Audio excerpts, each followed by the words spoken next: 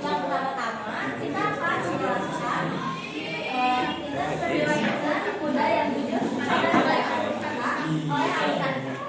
Selalu kepribadian muda yang jujur dan cerdas sebagai motor penggerak kemajuan bangsa. Kejujuran membangun rasa kepercayaan pada pendidikan, bisnis dan masyarakat. Kemampuan kecerdasan tidak hanya membangun inovasi dan mengelola sumber daya secara efisien dan membuka lapangan pekerjaan. Lalu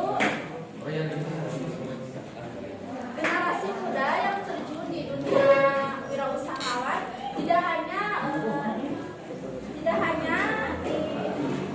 diharapkan untuk mengejar keuntungannya saja, tapi juga memegang teguh kejujuran dan menggunakan inovasi baru untuk menciptakan inovasi di bangsa ini.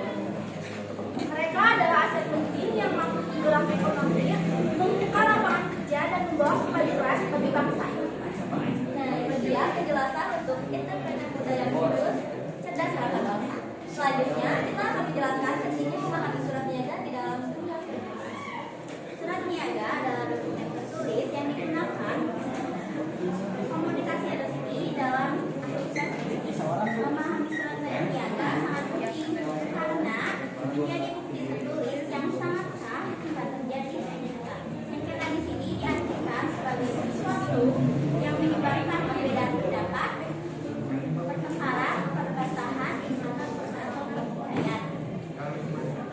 Surat niaga juga bisa menjaga kejelasan informasi yang tidak kesalahpahaman, meningkatkan profesionalisme perusahaan, dan mempercepat proses transaksi bisnis.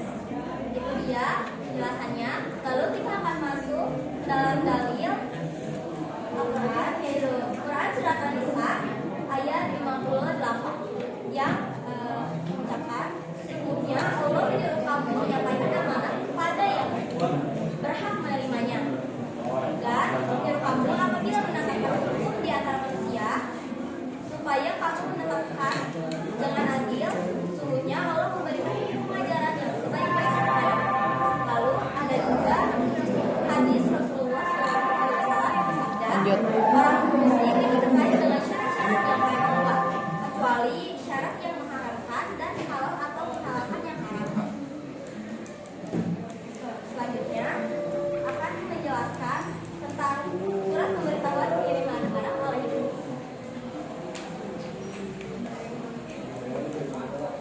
Surat pemberitahuan pengiriman barang sangat penting karena berfungsi sebagai bukti resmi bahwa barang sudah dikirim, sehingga dapat mencegah kesalahpahaman antara penjual dan pembeli. Dengan adanya surat ini, pembeli mendapatkan kepastian mengenai barang yang dikirim, jumlah, serta waktu pengiriman. Selain itu, surat ini juga menjadi hasil perusahaan yang berguna untuk pengecekan kembali di kemudian hari. Lebih dari itu, penggunaan surat pemberitahuan menunjukkan profesionalitas perusahaan dalam menjalankan bisnis dan membangun kepercayaan dengan konsumen maupun mitra. Sini kita bakal jelasin yang ada di strukturnya. Nah, yang pertama ini ada kop surat. Kop surat untuk menunjukkan identitas atau instansi perusahaan pengirim. Tujuannya supaya penerima tahu surat datang dari lembaga resmi, bukan asal-asalan. Yang kedua ada nomor surat. Nomor surat sebagai penanda atau kode surat. Tujuannya memudahkan pencatatan, pengasihan, dan penelusuran kembali kalau diperlukan. Dan yang ketiga ada lampiran surat. Biasanya lampiran surat ini menunjukkan bahwa adanya dokumen tambahan yang disertakan bersama surat. Tujuannya biar penerima tahu kalau ada file, bukti, atau data lain yang harus dibaca juga. Dan di sini juga ada tanggal surat, yaitu menunjukkan kapan surat dibuat atau dikeluarkan. Tujuannya sebagai tanda waktu resmi dan jadi acuan bila ada tindak lanjut. Lalu di sini ada lampiran surat yang bertujuan untuk menjelaskan perihal surat yang bertujuan untuk menjelaskan inti atau maksud surat secara